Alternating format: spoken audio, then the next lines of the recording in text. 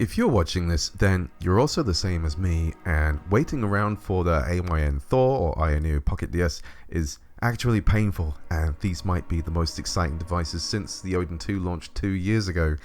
However, I'm here to give you something to do and prepare you for the best possible dual screen experience for when they arrive.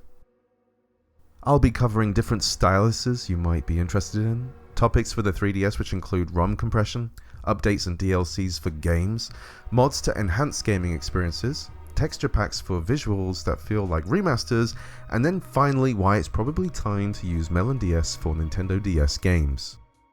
We'll first start off with styluses, because neither AYN or AYA are offering options as an accessory for a stylus to complement the device. Let's quickly get out of the way that those plastic styluses from your DS or 3DS are not going to work. And unfortunately, those S Pens from Samsung devices aren't going to work either. So we have to use a capacitive stylus, and this gives us a range of options that I've been checking out. Now you might have your own preference for a stylus, so I intend to just show some different ones I've bought, but my goal was to find something short and slim with a tip as fine as possible for playing DS games. Honestly, let's just get right to my favorite so far, which is the official Nintendo Switch Stylus, which feels high quality, has a tiny bit of weight to it that makes it feel more premium, and the tip is actually quite slim, and I was surprised how accurate I could be with it. It's just shy of 5 inches and just a little larger than a 3DS stylus, but it feels really nice in the hand. The added benefit is the texture of the tip allows you to glide over the screen without resistance, so it feels like it'll be a good suit for a long-term use. It also has a tiny notch at the top, so if you put it down, it won't roll away. I don't think these are officially sold anymore, so this will be a case of hopefully finding a seller somewhere close to you. My second pick is actually very similar to the Switch Stylus, but it's obviously cheaper quality. The pen-like tip won't have a purpose for our needs and is described to work with things like GPS devices. The rubber tip is similar size to the Switch Stylus, but because of the texture you do get resistance when moving over the screen. It's not really a big deal, but in comparison it's a night and day difference. It's very light and feels cheap, but it should be easily available to buy online. My third pick are these really tiny retractable styluses that are about half the size of the last two styluses, but when extended go to about 2/3 the size. It also comes with a little lanyard with an attachment to connect into the audio jack should you want it connected to your device for travel purposes. The rubber tip is a bit wider than the previous styluses, so it isn't quite as accurate, but these are dead cheap and easily found, so it's hard to complain about what you get for the price. The next stylus is one I've had for a long time, and features a different style of tip for the contact. This one is more like a pen and is good quality with a cap to protect the tip. So while it feels a lot like a pen, the tip is actually a small disc. These are interesting because they offer a lot of flexibility, and they also glide over screens with zero resistance, but it doesn't seem like a stylus you'd expect to make very precise inputs with. This is also the largest stylus so far, and for my purposes it doesn't really fit the stylus needs I want for a DS. This is the last stylus I got in the post, and it's the same size as the last one. This one is interesting as it's kinda hefty, but it has two rubber ends. One is a little larger, but the edges of the metal here would worry me about marking the screen, so I doubt I'd use it. But the other end has probably the smallest rubber tip I've used that's a similar size to the Switch Stylus. But again, because it's rubber, it has some resistance on the screen which can be inconvenient. But overall, I was surprised by the quality of this one. The last stylus I've tried is like a big pencil. It's quite light, but it is the longest and thickest stylus I have, where I don't even like calling it a stylus. The pencil end is completely useless to us, and the rubber end is the largest rubber tip of all of these. I'm not a fan of this one, and I don't think it suits playing on a dual screen device. So it's actually been pretty fun checking all of these out. They're fairly cheap unless the Switch one is not locally purchasable for you. But if I was to use a stylus for the Thor or Pocket DS, it would be the Nintendo Switch Stylus. For me, it is the closest one to a stylus I'd like with its quality and size, and I enjoy that it has zero resistance when stroking across the screen. Alright, so let's get on with prepping for 3DS games, and both the Thor and the Pocket DS will have no problems playing 3DS games upscaled. However, if you have a large collection of 3DS games, they can take up a fair bit of space. But if you download the AYANEO emulator for Windows or Mac, then you can take advantage of a compression tool it has that produces similar results to compressing to CHD. I saw my collection of ROMs easily cut down by at least a third of the original space, which is incredibly valuable. So first of all, I can't tell you where to get your ROMs, but what you do need to know is that the 3DS ROMs need to be decrypted. If they're encrypted, you won't be able to play them in AYANEO. And when we compress these files in AYANEO, they need to be renamed to .cci format. So if you have a .3ds file, don't worry, you can just rename it to .cci and it will be fine. Then in AYANEO, we want to go to Tools and then Compress ROM File. Go to where your decrypted .cci ROMs are and choose the ROM you want, and then you'll be asked where to save the compressed ROM to. Bear in mind, it will be saved as a .zcci file. You can see the progress bar in the bottom right to see when it's finished, and when it's done, go to the file and rename this one from .zcci to .cci. Then we can transfer this over to our handheld or SD card, and it will work with the latest versions of AYANEO for Android. If you intend to make the most of your new Android DS device like I do, then you'll want to enjoy a large collection of games already on the go. So this amount of space we've just saved is going to be invaluable for us. Next up, let's talk about updates and DLC for 3DS games. Again, I can't tell you where to get these, but they are easily found just by searching. And you're likely to find them in a .cia format. Do make sure the updates and DLC are from the same region as your ROM as well. Another thing to note is that these files also need to be decrypted if we want to install them on AYANEO. So let's first grab a program called BatchCIA 3DS Decryptor, which I'll leave a link in the description for. This will be really simple. All we have to do is extract the decryptor to its own folder, and then we place all the updates and DLC for our games in the same folder. Then we just open BatchCIA 3DS Decryptor.bat, and it will open a window and start decrypting all of these files for us. When it's done, we may have some extra files too. We just need to keep the update files that say decrypted at the end. Now we can put these files on our device and go to AYANEO settings and install all of these CIA updates and DLC. When you have installed them, you don't need to keep the CIA files anymore. Just delete them from your device, as the updates and DLC have been installed to your device, much like a Switch update. Updates and DLC really don't take up much room, so I wouldn't worry about trying to merge them with the ROMs. Now we can all enjoy our games as up to date as possible with all of their content. Now let's start getting into performance. The Thor and Pocket DS will have a lot of power to upscale our games and look even better on these screens.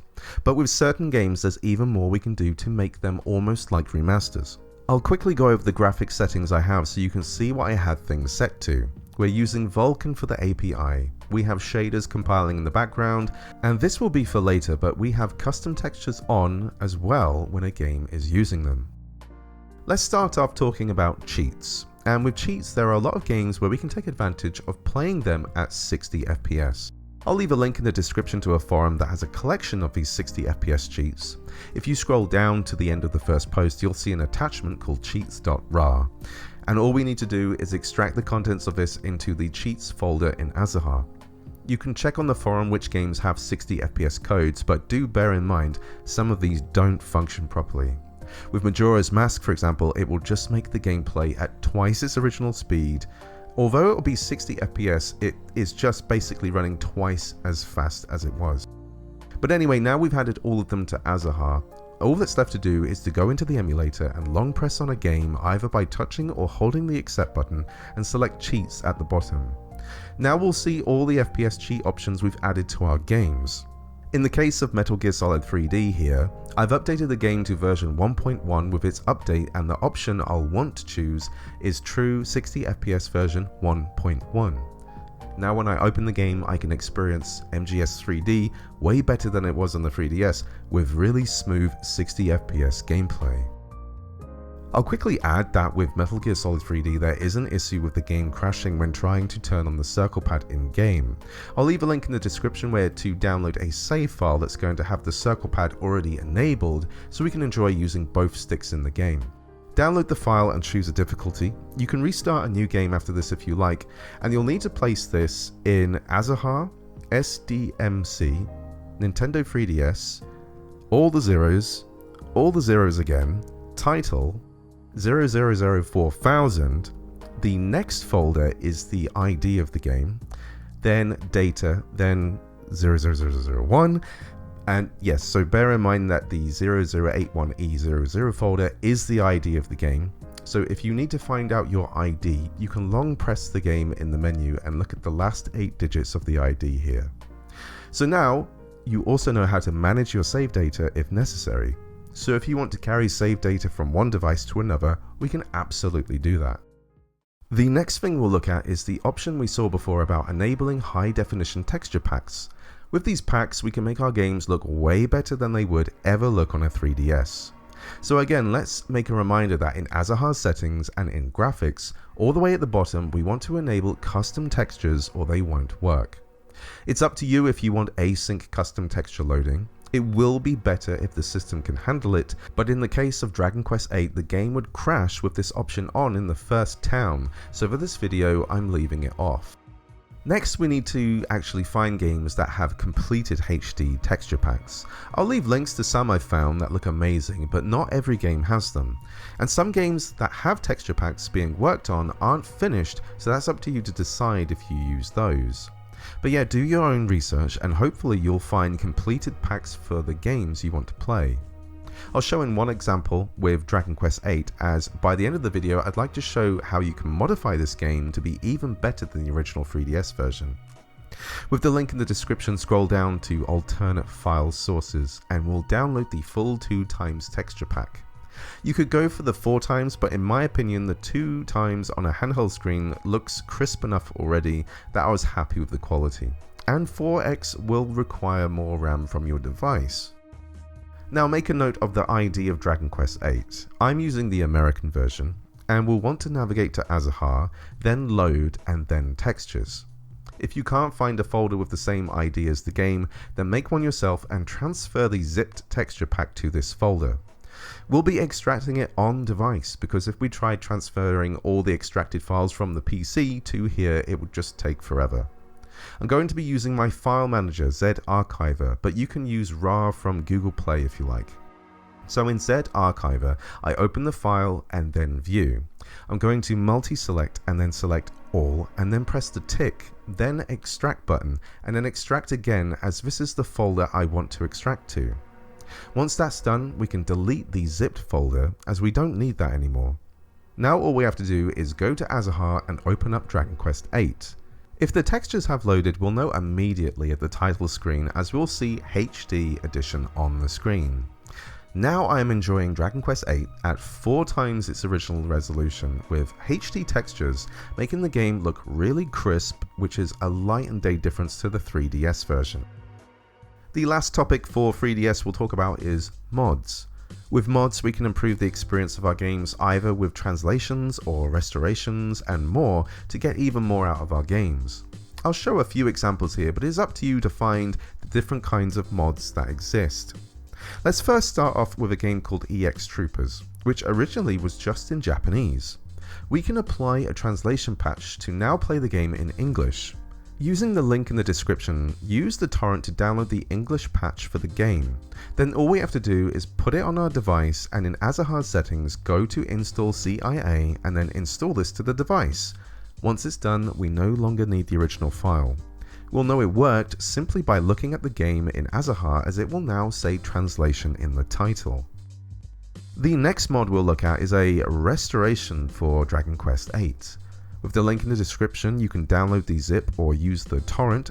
It's nearly a gig, so the torrent would be better. Extract the file on your PC and then go into the data folder and open Prepare a Layered DS patch. Select your region of your ROM, then choose which option you'd like. I chose just music and restoration. When it's finished, go back into the folder and then into Luma, Titles, and here is the folder we copy to our device. We need to go to AYANEO, then Load and Mods, and here is where we copy the folder to. It should be obvious by the music alone in-game if this has worked. And the last example is the restoration mod for Majora's Mask. Download the file from the site. Instructions here are pretty clear, but for the sake of this video, I have the US version of Majora's Mask and the 1.1 update installed. I check the ID and make sure there is a folder with the same name in the loads mods directory. Inside here, I copy the content of folder 101 from the download to this folder. And if it works, you'll hear a sound effect before the title menu appears. It's noted on the site that to also confirm that this has worked, that if we press the start button in game, it should open the bomber's diary. And we can also use the D-pad for additional functionality. On a Thor or Pocket DS, this is going to be an amazing experience and should give 2 Ship to Harkinian a run for its money. The last thing I want to talk about finally is just about the original Nintendo DS. There are 2 emulators that are worth using, but of the 2, it is MelonDS that is still actively in development and the one I'd most likely recommend. The only reason I can think of to use DraStic on the Thor or Pocket DS is that we can take advantage of widescreen codes for certain games. I tried to apply these codes on MelonDS, but it would never let me type out the full code, and would just start freaking out before I can finish. If we can use widescreen patches on MelonDS, then I'd absolutely recommend this going forward. It would be amazing to utilize the entire top screen and see even more of the games that can use them. With MelonDS, you can also upscale even higher, and it provides a much nicer and crisper image that will look amazing on these devices. I wanted to make a couple of notes here that if you wanted to use your save files from DraStic on MelonDS, you absolutely can. You just have to rename the save file from .dsv to .sav, and they'll work with MelonDS. I also want to talk about how you can patch certain DS games into widescreen and run them in 60 FPS. I'll leave a link in the description to a YouTube channel called Game Master PLC, who has been making patches for a lot of different Nintendo games. If you search DS on their channel, you'll find a bunch of videos showcasing those, and in their video descriptions are links to Delta X patches. I'll also leave a link to a patcher you can download, and you simply just select the patch and the ROM and patch it. I may do a video in the future just on original Nintendo DS when the Thor arrives, as I'd like to see this all running on MelonDS and be a bit more thorough about creating the best experience for it. And that's a wrap for this video. I hope it helped give you some ideas about how you might want to set up your AYN Thor or AYANEO Pocket DS when they hopefully ship in October. It's going to feel like a long wait now, but perhaps this will help and give you something to do in preparation for when they arrive. I'll be honest and say that I actually only have the Thor ordered, so I'll only be covering the Thor when it arrives. I would have loved to get a Pocket DS as well, but when it comes to size, weight and price, I just couldn't justify keeping the order. Personally, I would have loved to compare the two, but I'm sure we'll see videos of that from other channels way ahead of time. So if you liked the video, please leave a like. Subscribe if you want to see content on the first Android gaming dual screen devices, and I'll see you in the next one. Cheers.